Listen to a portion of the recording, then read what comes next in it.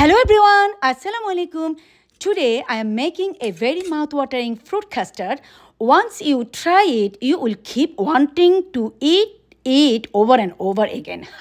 I am arranging fruits on a plate. It doesn't matter which fruits you use, just remember that they need to be sweet.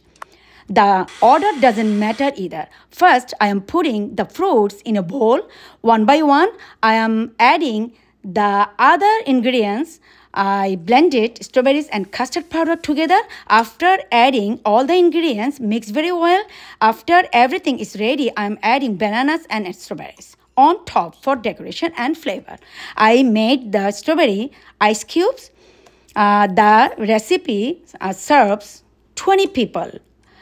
একবার করে দেখো সত্যি খুব ভালো লাগবে আমাদের ঘরে সবাই খুব পছন্দ করেছে আলহামদুলিল্লাহ especially my mom loved it. Now my very mouth watering fruit custard is ready to serve. Enjoy.